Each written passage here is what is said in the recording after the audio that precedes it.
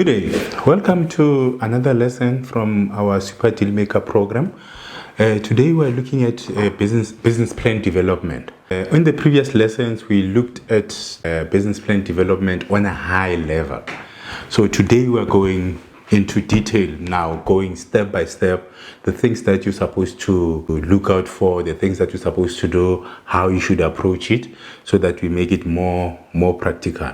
So today we're looking at the topic identifying opportunities. How can you identify opportunities as an entrepreneur? Look, not all opportunities are business opportunities. You can get an opportunity, but you might find that there is no market for that opportunity. People are not willing to pay for that opportunity that you might have identified.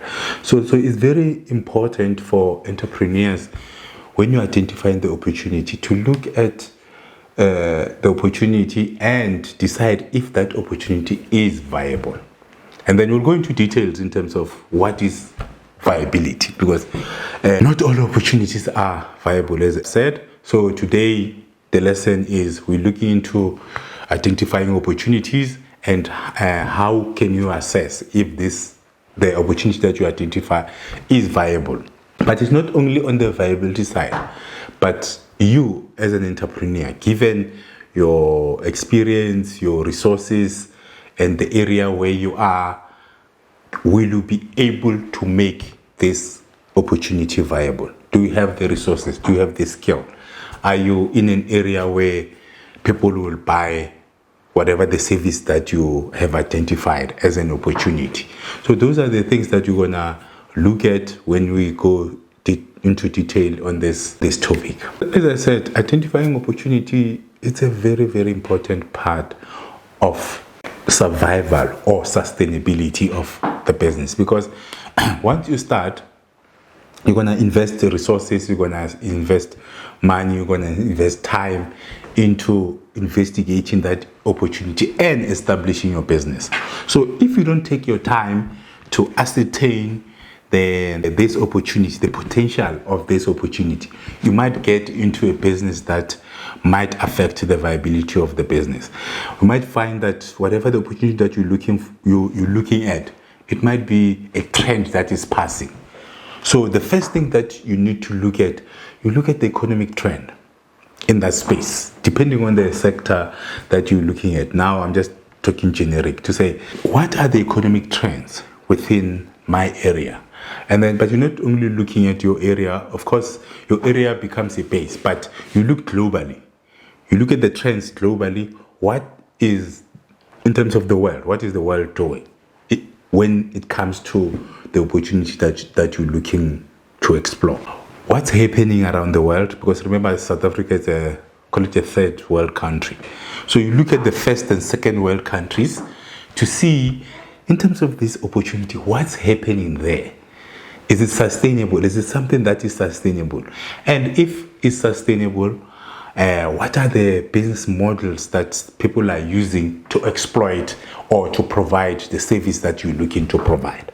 So even though you are doing it maybe in some rural area somewhere, it doesn't mean you need to wear your, as they say, your hoofd club. No, you need to be open-minded.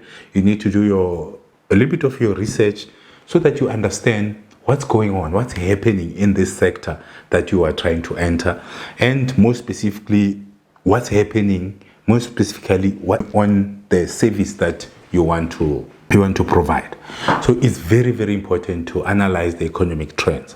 So there are certain trends that come and go. You might find that maybe there's a certain type of clothing that is popular for a specific period of time, and then after that people won't wear it. So if you set up a manufacturing factory to produce this product, after it's out of fashion, then what you're going to do with the factory that you have set up? But if you're thinking global and you're analyzing the global trend, the economic trends, you will be able to see that maybe this trend is a passing trend. It's not an opportunity that will be able to sustain your business for a long period of time. So sometimes there are opportunities that you can take advantage of because it's a trend, but it must not be something that you have to set up an infrastructure for. But if it's just maybe, as I said, it's a fashion trend, it's a piece of clothing, you can buy it and sell it while it's still in fashion. And once it's out of fashion, then you're no longer selling it. But the point that I'm trying to make is that you shouldn't set up a factory to manufacture that product without you doing your proper research and understanding how the economic trends in terms of who's buying it, how are they buying it, how often are they buying it, is it the demand, is it on the increase, not only in your area, but globally. And then after you look at the global trends, then you look at the local trends in terms of what's happening nationally as a country.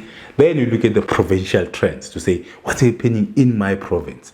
Then you come to the district trends.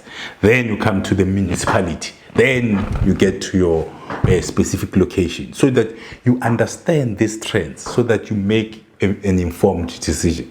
So when you're looking at business ideas, you need to understand the global trend in terms of one, economic trends, and two, in terms of the market trends. What's happening? Is it a sustainable opportunity? It might be a quick opportunity, but as long as you're not investing a lot of money to set up the infrastructure. So when you look at business opportunity, it's important to look at the trends, what's happening. Because sometimes without looking at the market trends and the economic trends, you might set up a business. Let's say you want to go into coal mining, for example. But we know that South Africa's got a lot of coal, right? But the Western world, they are moving towards clean energy. So if you set up a coal plant, and we know that they provided South Africa with funding to decommission the coal infrastructure to replace it with more greener energy. So you setting up a mine, it will take you 10 years to set up a mine to production, right? And then in 10 years' time, you might find that the economy is no longer buying coal. It's now on the green energy. So you might have wasted a lot of money. Okay, this is more of a big project, but it's just an example of if you don't do your market analysis and understand your economic trends and market trends, you might set up something that it will be useless by the time you finish. Or you might be able to service clients for a limited period of time before it becomes outdated.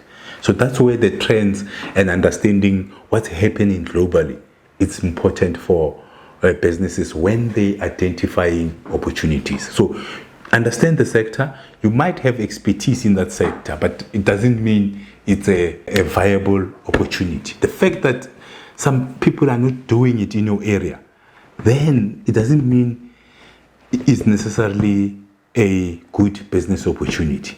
So you need to look at the global trends in terms of what's happening globally.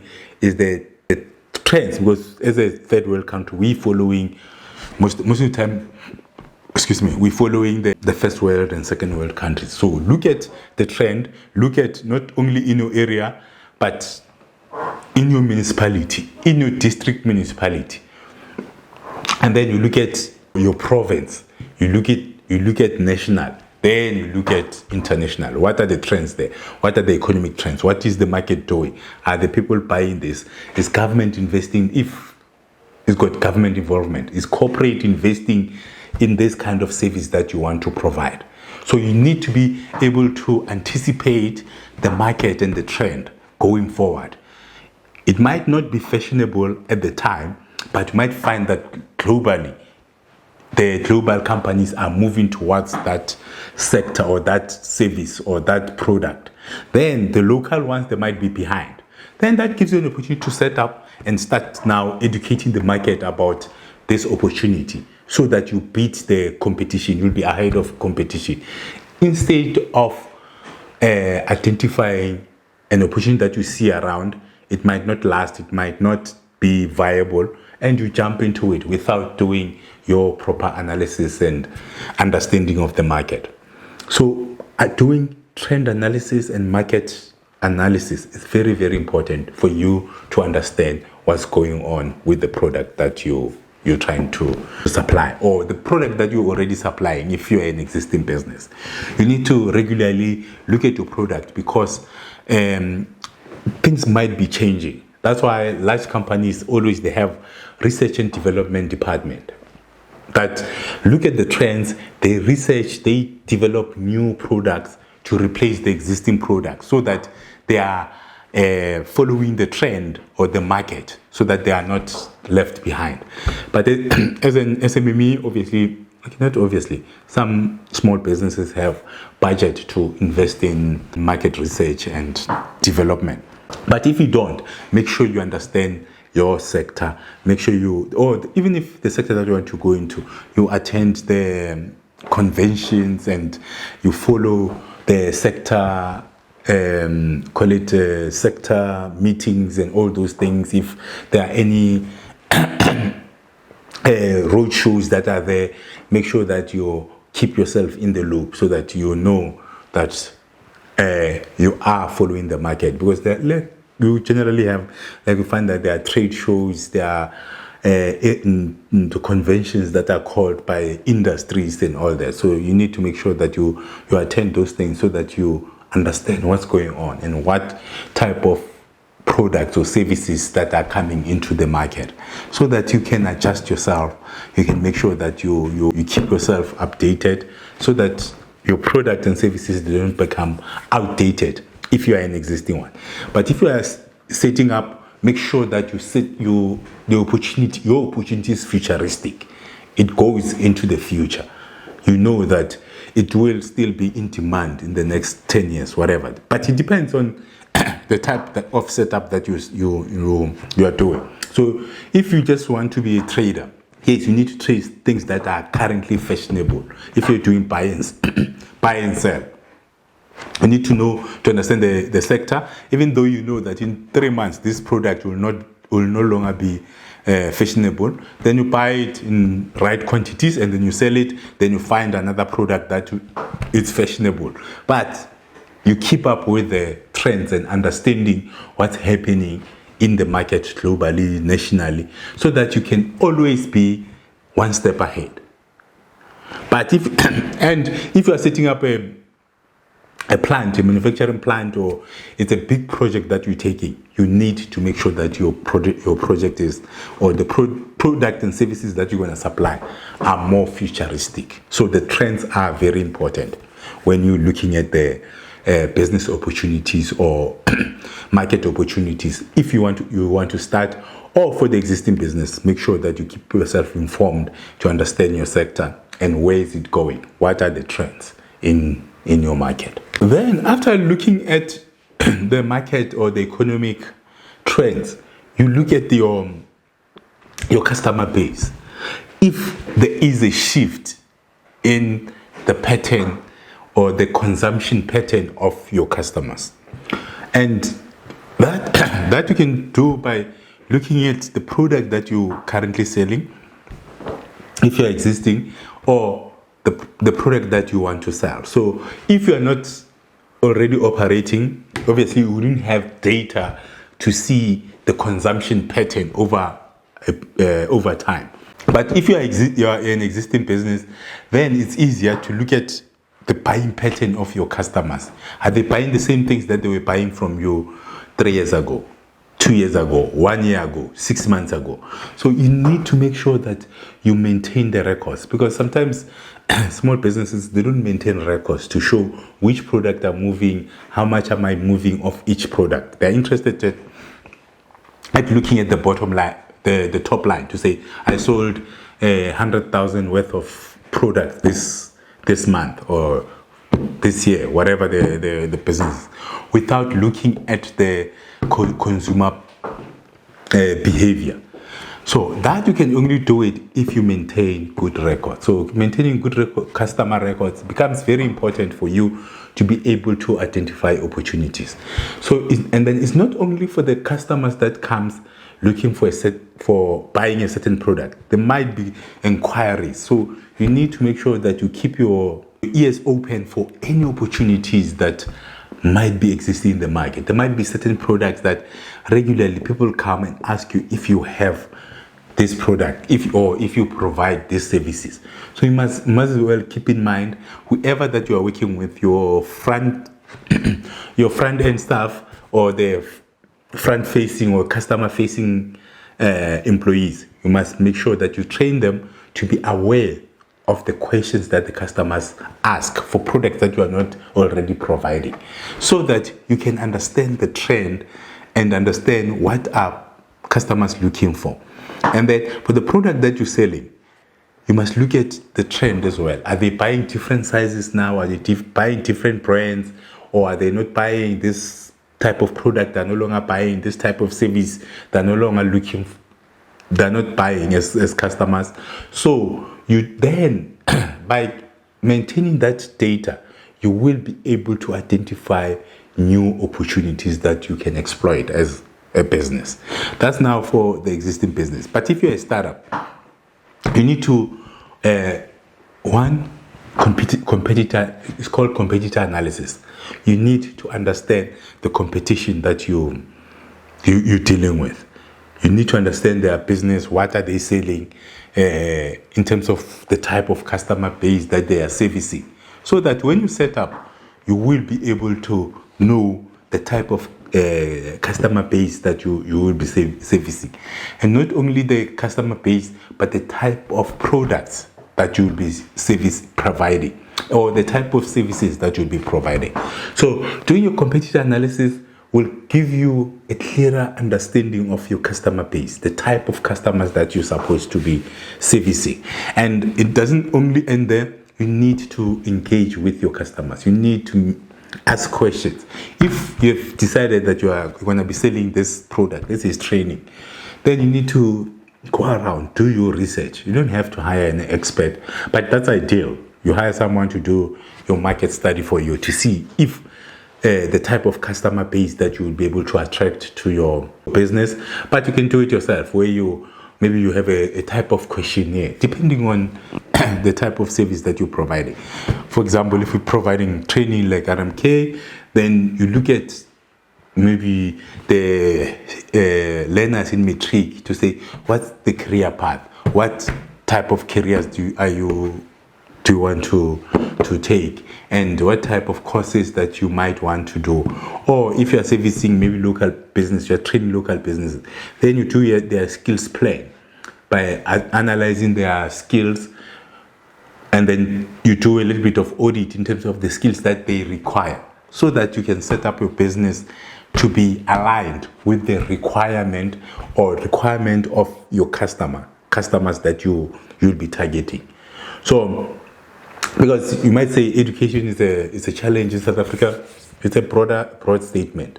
But are people willing to pay for private education that you will be providing, and you are from the local community? Or they are looking at your reputable large institution like your university like your VETS, UP, UCT, the University of Limpopo, whatever the brand is. So they might be looking at, yes, we want education, we have a problem with education, but we're not willing to go to some corner training institution called RMK, because it doesn't give you that credibility. The certificate won't give you the credibility that a vet certificate will give you. So you need to understand that, yes, there is a problem with education. People have a challenge in terms of accessing education, but they don't want to access any other education. If they can't get a vet education or UCT, UP education, they're not willing to take some unknown college certificate, because it might not help them to get a job. It's different in terms of the weight that the certificate carries. So some people are not willing to take a risk on an unknown training institution. They rather go to a reputable one, which makes sense.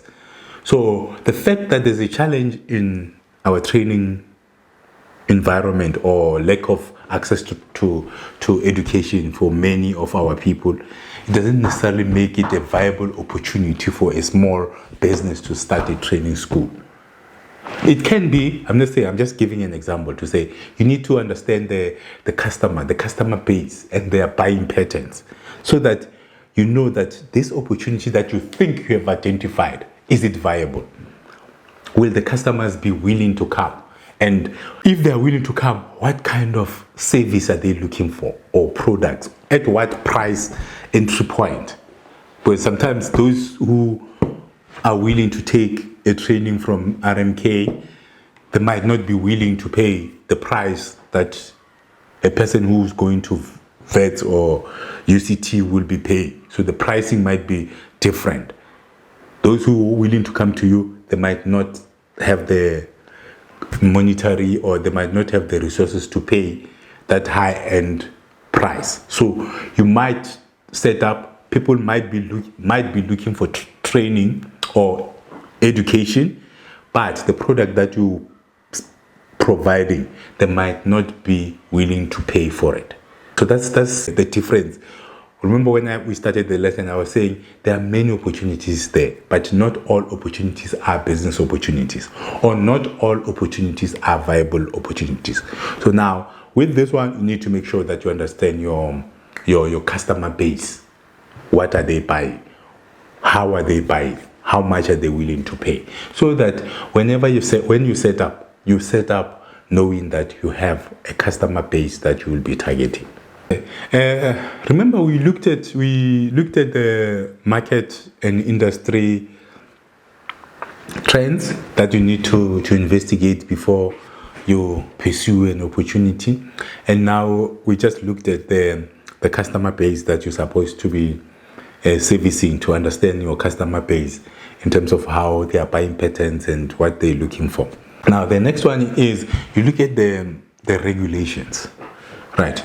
Sometimes you can have an opportunity, but to only find that government regulations will prohibit you from setting up whatever the venture that you want to set up on one end. On the other side, you might find that there's a change in government regulation. And now that change creates a business opportunity. So people have to comply with new regulations. Then they will need maybe a service provider to help them comply with the new regulations. So those opportunities, there are two opportunities that you can identify in terms of the regulation. There are regulations that have changed where it will force consumers or the companies or people to buy certain things. For example, we had COVID, right? And then it was government regulation to say people must wear masks. So now that became, or sanitize their hands. So that now became a massive market because of the change in the regulations. And then people took advantage of that and they understood the sector. If you were able to buy or to access the bulk buying of the mask, or if you were able to sew mask, or you're able to produce sanitizers, it was a great opportunity because of government regulations. So, okay, it's just that, okay, with COVID, the regulations were temporary. And then maybe others, let's say maybe in terms of disposal of waste tires, for example. Only certain institutions can collect waste tires. So it is an opportunity. And then, but because of that regulation, before the regulation, you might find that there were other businesses who just collect tires like a waste collector. But with the introduction of regulations and Redisa and all those things, so only certain approved tire collection centers are allowed to collect tires, for argument's sake. So now that is an opportunity. You might find that there is no tire collection center in your area. Then you can apply to your local environmental department to be a tire collection center. That presents a business opportunity. And that business opportunity is coming from what? From government regulations. So if there's government regulations, the changes, so you need to be able to monitor government regulations and the changes so that you know or anticipate there are certain regulations that are still, maybe they're out for public opinion. So if a regulation is already out for public opinion, the likelihood of that opportunity or that regulation be approved, they're very, very high.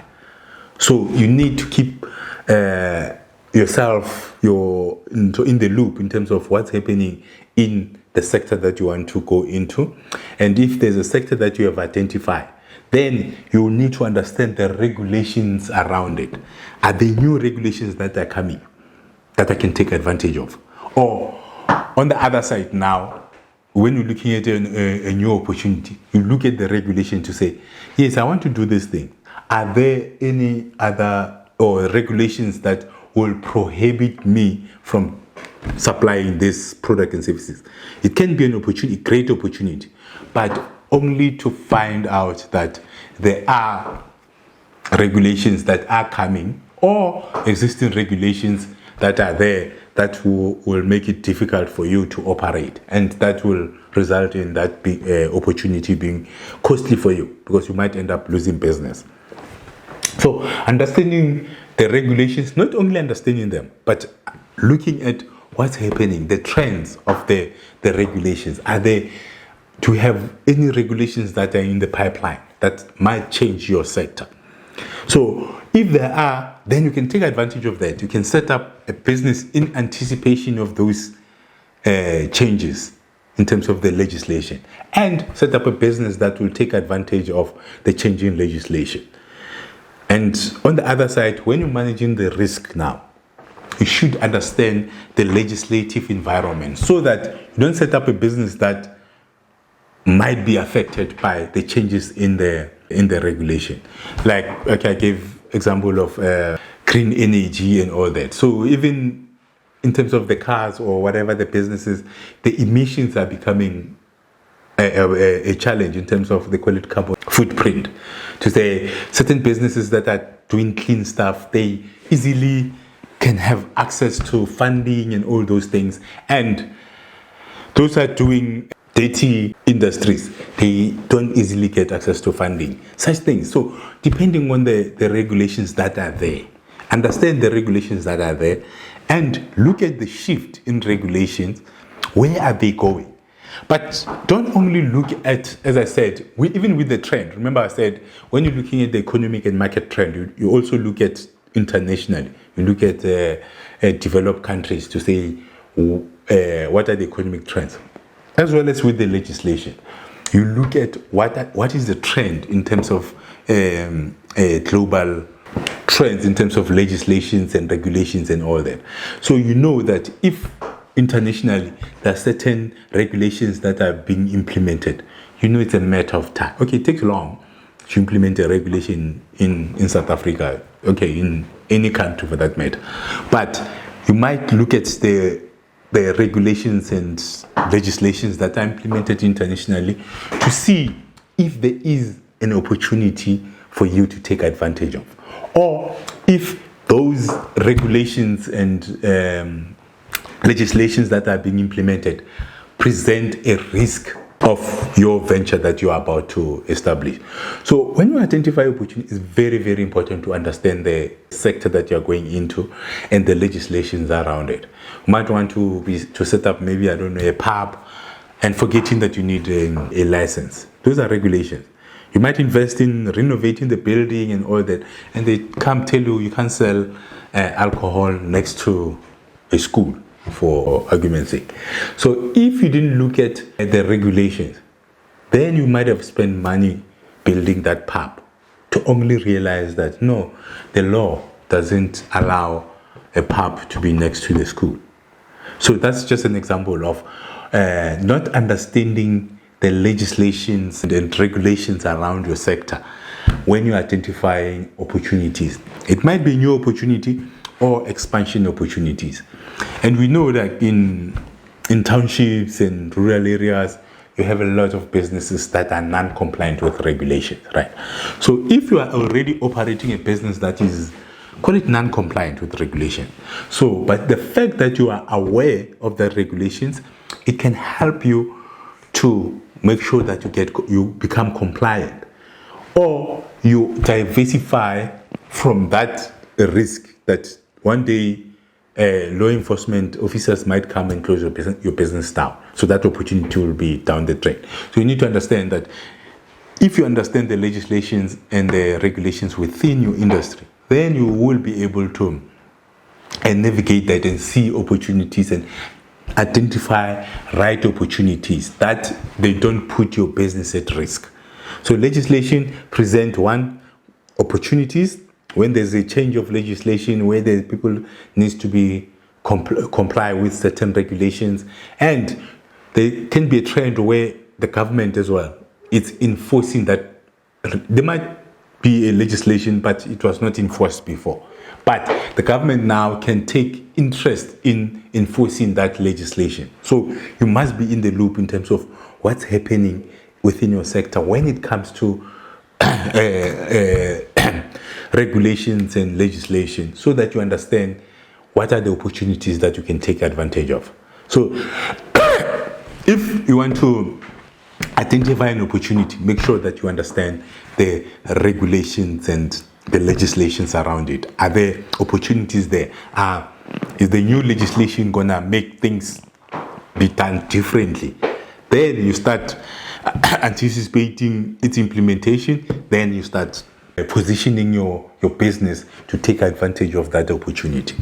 And yeah, those are the things. Like, for example, when there was the introduction of B certificate, a lot of businesses, consultants, they had to register with SANAs and all that so that they can provide BE verification.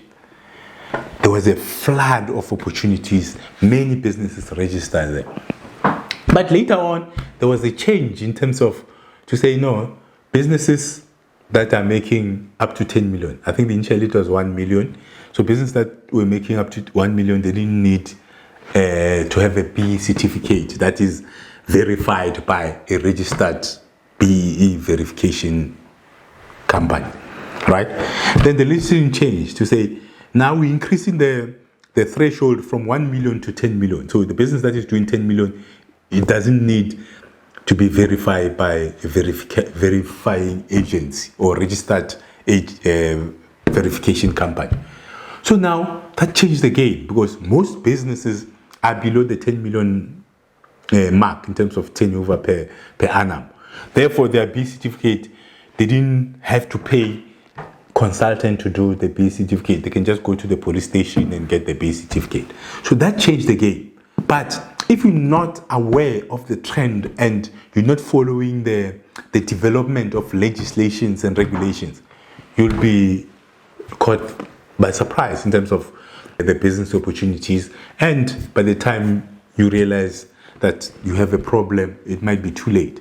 Your competitors might have already changed into providing certain services. But if you know there's a legislation that's going to change, maybe it's on public participation, whatever they call it, then you already can start identifying different opportunities that you can target, so that by the time the legislation is implemented, you already disinvested or diversified from that product or service that you're providing that is affected by legislation. So there are legislation and regulation opportunities that you must investigate, see how you can take advantage of the implementation of new regulations or new legislation. So make sure that you understand that. That's another way of identifying and seeing opportunities in your sector, is by focusing on the legislation and regulations or the requirements from government to say, how can I take advantage of these requirements for me to make an opportunity out of them. Now, we've looked at the market trends. When you identify opportunities, you look at the market trends. What's happening in the market, not only locally, but internationally. You look at the economic trends. Who's buying what in the market? Are people buying? Are they willing to pay for the product and services that you're looking at? And then thirdly, I said you look at your customer base to say the people that you're trying to target or the area that you are trying to target. What are they buying? How are they buying? What is the pattern? Where are they moving towards? What type of products are they buying? So you need to understand your customer base when you're identifying the business opportunities. As I said, you need to speak to those customers to understand their buying pattern. Listen to what they're saying so that you are able to identify key services that they are looking for, so that when you set up, you know what you need to set up. And then we just discussed in terms of looking at the regulations. Where are the opportunities? Are there any changes in regulations, in legislation? Is government changing certain things? If government is changing certain things, what opportunities are coming with these regulatory changes or this legislation? What are the opportunities that you can take advantage of? Or what can you do if you are already in that sector? What can you do to adjust your business to be compliant with those regulations so that you take advantage of the opportunities?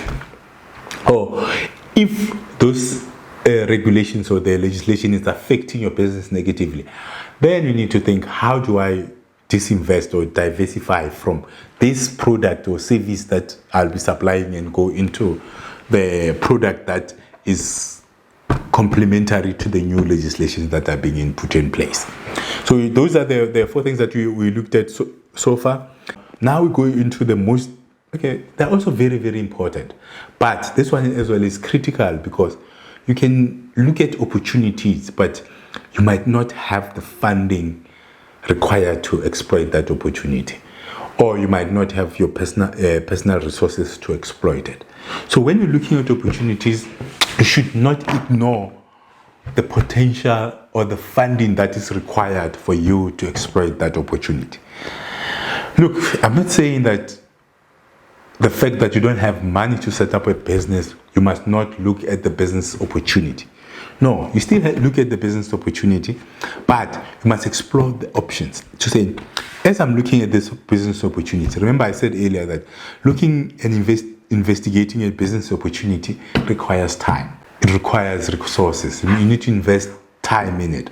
So before you invest time in the investigation, obviously, how you're going to set up, it will depend on your investigation of that opportunity. But look at your financial resources.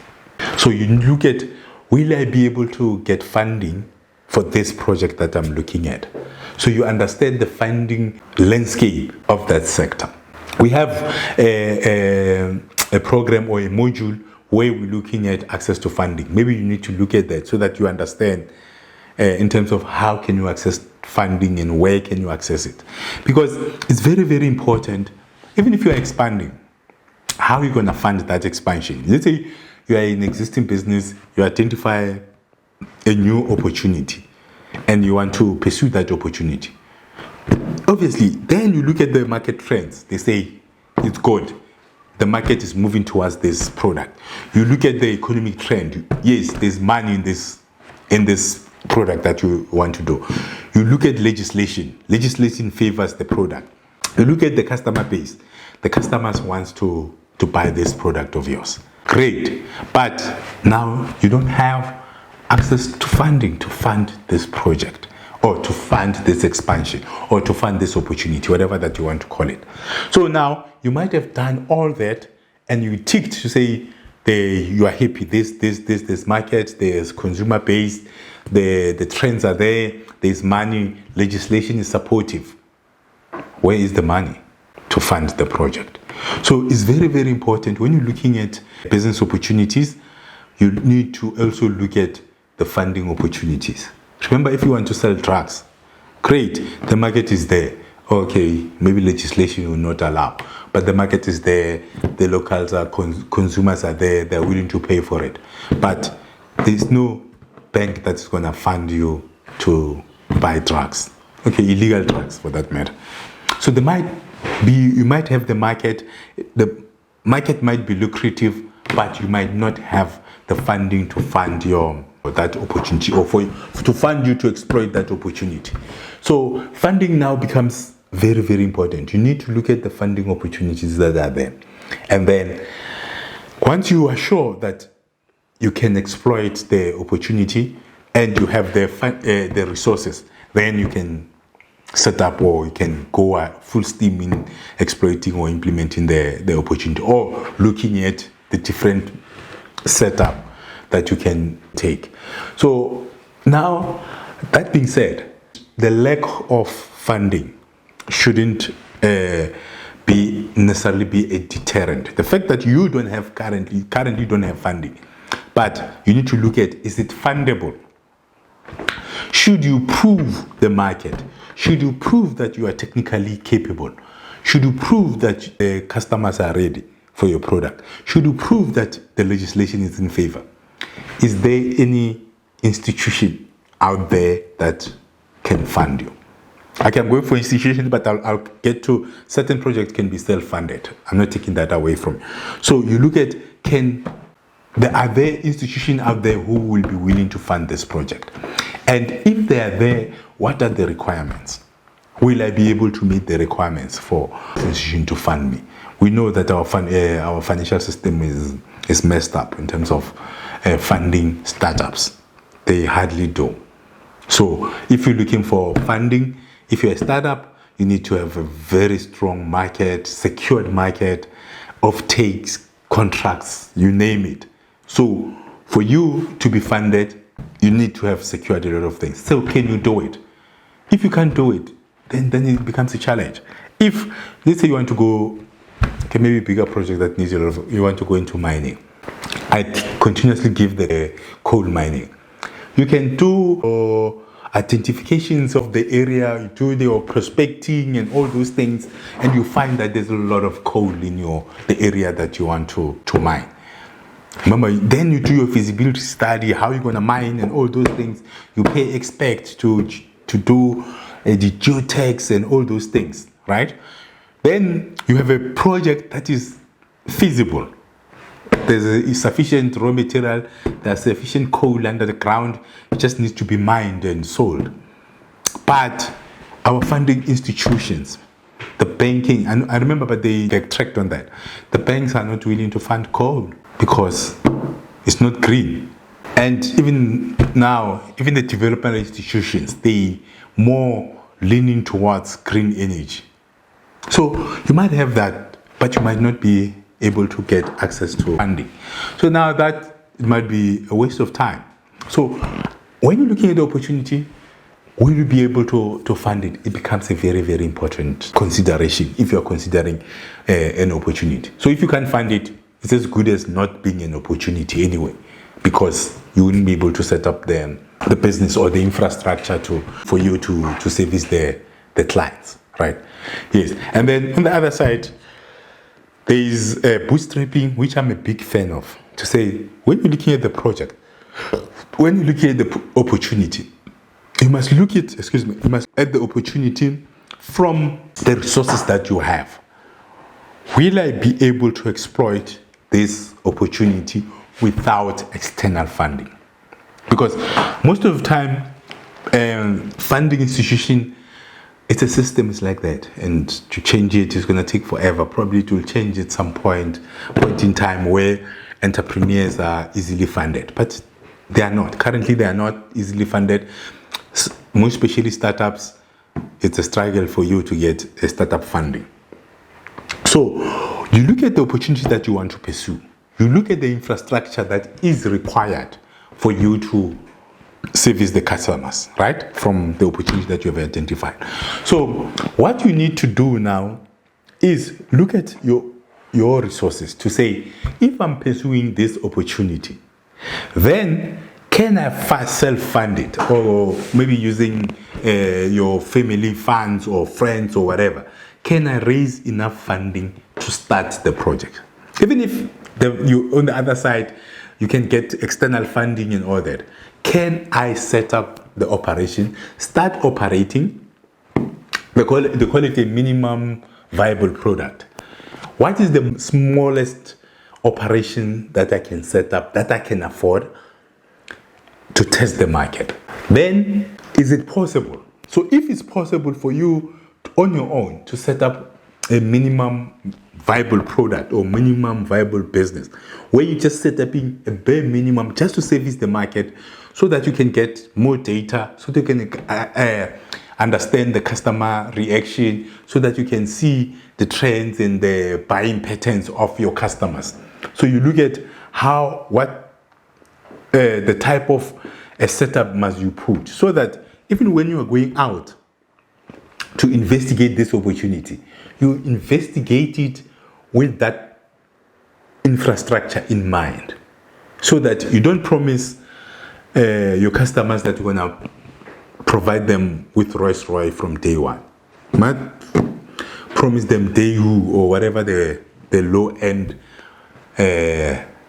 cars that you'll supply them with, so that you learn from it, you prove the market, you prove the sustainability of it, and then later on then you can raise big funding so that you can put up a factory or put up a bigger infrastructure. So, but there's, at the beginning, when you're exploring opportunities, look at the resources that you have to say, which opportunities can I pursue with the limited resources that I have? Then once you identify, obviously they should be in more or less the sector that you want to go in. So once you look at your resources, that becomes your base. Then you look at type of customers given your resources. Okay. So if you're sitting, maybe, I don't know, a saloon, maybe you might not be able to do, Brazilian weaves, but you can do the fake ones. Then, obviously, when you go in to test the market, you're not going for the high end, your slay queens and all those things. You're going for the low end, who are looking just for nice weaves, whatever, affordable. So even when you're testing your market, when you're looking at the trends, you look at the trends of the product that you will be able to supply based on the resources that you have. I don't know if it's making sense to say, you look at the resources that you have, then you look at the market opportunities that you can chase. Because you can be chasing a dream that might not materialize. So you need to make sure that you look at your resources and you understand the market, and so that when you're going out to investigate this opportunity more, when you're going to look at the global trends in terms of the market, the economic trend, the customer base, the legislation, when you're doing all that exercise, you know that you have resources to start servicing that market. Because you might be doing that market for no end. I mean, there was nothing at the end. You did a nice research, but you can't set up that business, or you can't expand into that product or the service that you thought you would expand into. So looking at the resources, your funding opportunities, and the trends within the sector in terms of the funding and the support of your venture, because you still need the resources. Doesn't matter, you can identify all the opportunities that you want. But if you don't have the resources to explore those opportunities, then it might not help. It might just be a pipe dream. So make sure that you understand what resources will be required, what funding will be required for you to service that market. So it doesn't necessarily have to take high capital, or it doesn't have to be capital intense. Remember, you can also, based on the resources that you have, you can still exploit big markets where you need to set up a manufacturing plant. But initially, you can find a way to buy from the existing suppliers so that you test the market. And once you have tested the market, even though you don't have money to set up the factory, but with the little money that you use to buy and sell the product, then you develop a business plan now to go to the funder to say, now I need to set up a manufacturing plant. I've been buying and selling. Obviously, when you buy and sell, the margins are a little bit thinner.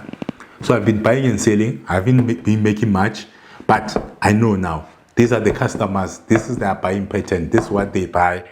This is how much I could make if I set up a factory. Then it becomes a easier story to sell to potential funders, rather than saying, I want to set up this massive factory, but where is the market? No, you haven't tested the market. You just believe that based on your research, this market it's a good market. Yes, sometimes you can be lucky and get your business to be funded through in that way. But if you look at your own resources, you start with the resources that you have, and then you approach the funding institution for expansion capital, then that makes a difference. You will be able to exploit the opportunity that you have identified. Those are the the factors that you need to look at when you're looking at the market opportunities. You need to understand the market trends, right? Local and global. You need to understand the economics of the sector that you're going into. What is the trend? Are the people buying this thing that you want to do? Are the people making sense for people to buy from you, whatever the product or service that you want to do, to supply? Okay, then you look at your customer base. Who are you going to sell it to? Are these people interested in this opportunity? And that you can do it by engaging the customers, understanding their needs, how they buy, their buying patterns.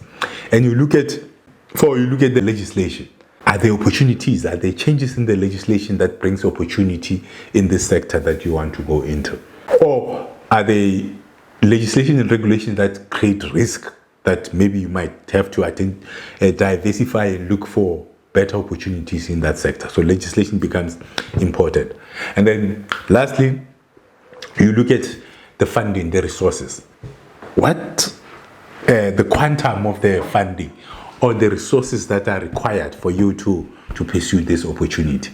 Yes, we explored the two options to say you can look for external funding and understand what type of funding opportunities exist outside from the external parties, or you look at bootstrapping, funding it yourself, or using your family fund, friends, or your own money to set up a minimum viable product where you set up the smallest operations that is possible, so that you start servicing the customers and see their reaction and understand the market, understand their buying patterns, so that when you go to the external funders, it's easier for the external funders to fund you for this opportunity.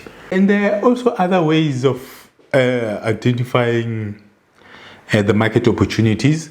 And then in addition to the 5 factors that we looked at previously, the other one is just looking at your competition, right? What's happening in your area? Who's selling what? What are they selling? To who? How are they selling it and all that? By analyzing your competitors, you will be able to see the products that you can also supply, or you can be able to identify opportunities.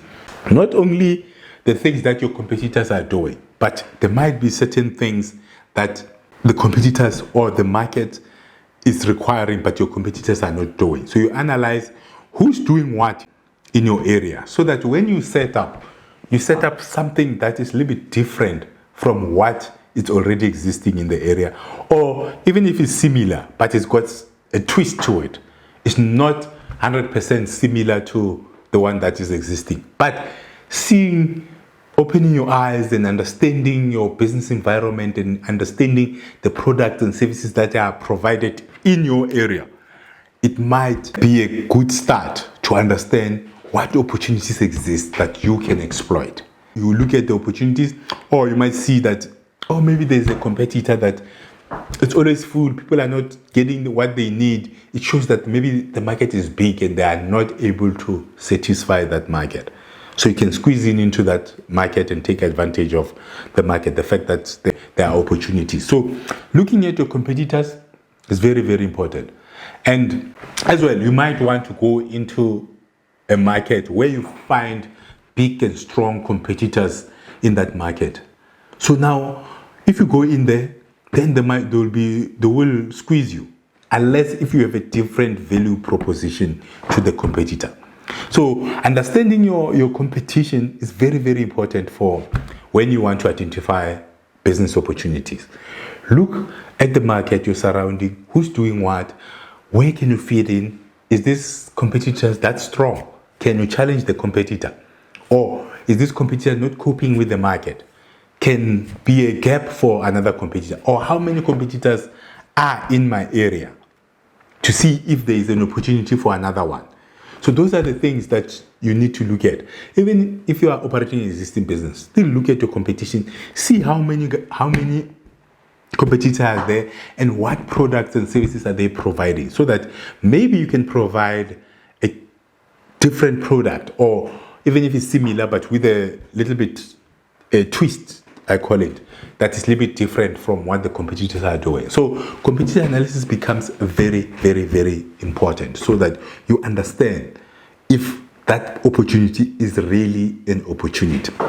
I always give this example to say, once upon a time in my previous life, there was this business opportunity.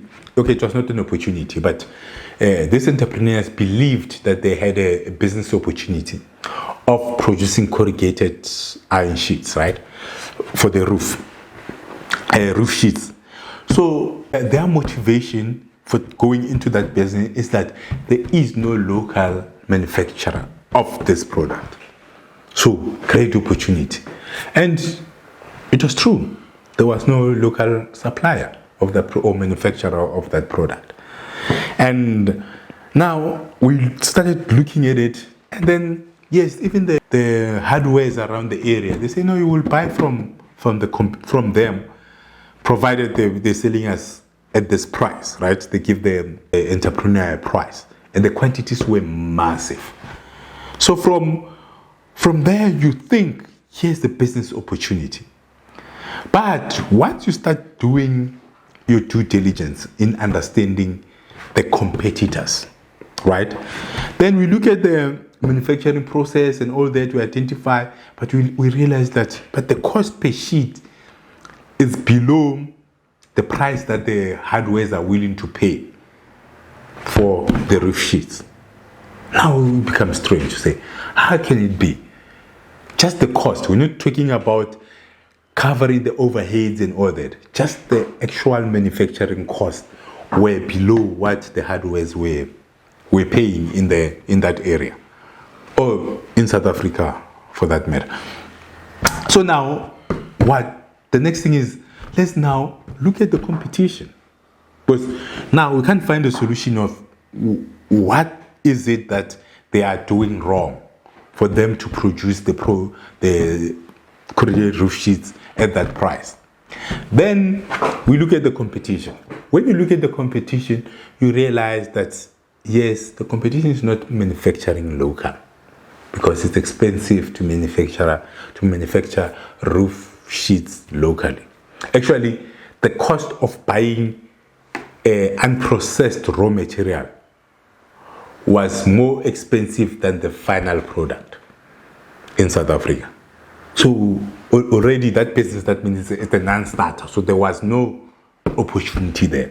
Even though when you look at it from outside without doing the investigation on face value, you will think that was a great business opportunity. But once you go deeper to understand what's going on, then you realize that no, it's not even a business opportunity. So they couldn't set up that manufacturing, even though there was no local manufacturer, because they couldn't produce the steel sheet at the price that the competitors are selling it to the customers for. So, we looked at it, and then they're importing it. The final finished product is landing at the cost that is less than the raw material. How they're doing it in India, China, how are they producing those roof sheets at that cost? It beats us. So, but it's something that obviously, I don't know, because sometimes, those industries, they get subsidies and all those things in China and cheap labor and. So you might find that, South Africa was one of the large steel producers, but with the Chinese, you don't know what they're mixing those steel sheet with to make it cheaper than the raw material. But the reality is they were cheaper than the raw material, and the business they couldn't start. It was not viable. It was not even a business opportunity. But if somebody were told you about it without understanding what are the competitors doing, or how are the competitors servicing the market, you wouldn't have picked up that this is not an opportunity.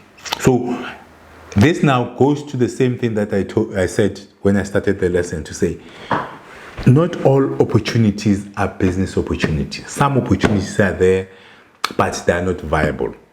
Or the opportunities are there, the products are not supplied within your space, but consumers are not willing to pay for that product or for that service.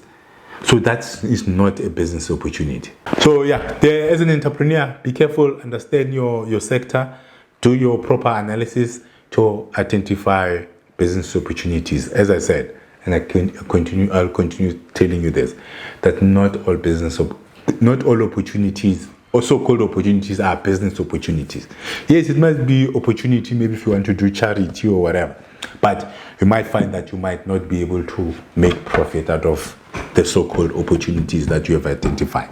So you need to follow a certain process, and as I've explained, do your proper research and analysis so that you understand if what you're trying to pursue is really a business opportunity. I thank you.